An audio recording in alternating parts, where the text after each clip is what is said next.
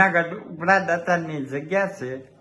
જગ્યામાં દાતારની જગ્યામાં આજ વર્ષોથી આ દાતાર બાપુનો ઉરસનો મેળો ઉજવાય છે.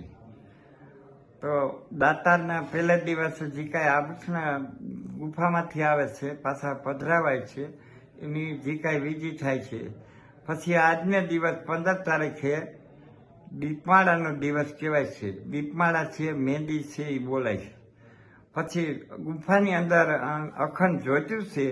એ જ્યોતુને લીધે આખી જગ્યામાં એ જ્યોતના પ્રકાશથી આખી જગ્યામાં જ્યોતું લાગત દીવડા પ્રગટાવાય છે. કમાલ સાહેબ છે, બહાર બધા ચોકટ ઉપર છે, દીપમાળા છે, મહેંદી છે, ભંડાર છે, કસેરી છે, કોઠાર છે.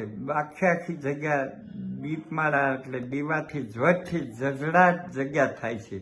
અને આ લાઇટ બધી ઓલવી નાખી પછી એ બધી જ્યોતથી દીવાથી ને જ આખી જગ્યા જજડાટ થાય છે. આજ વર્ષોથી આવેલું આવે છે.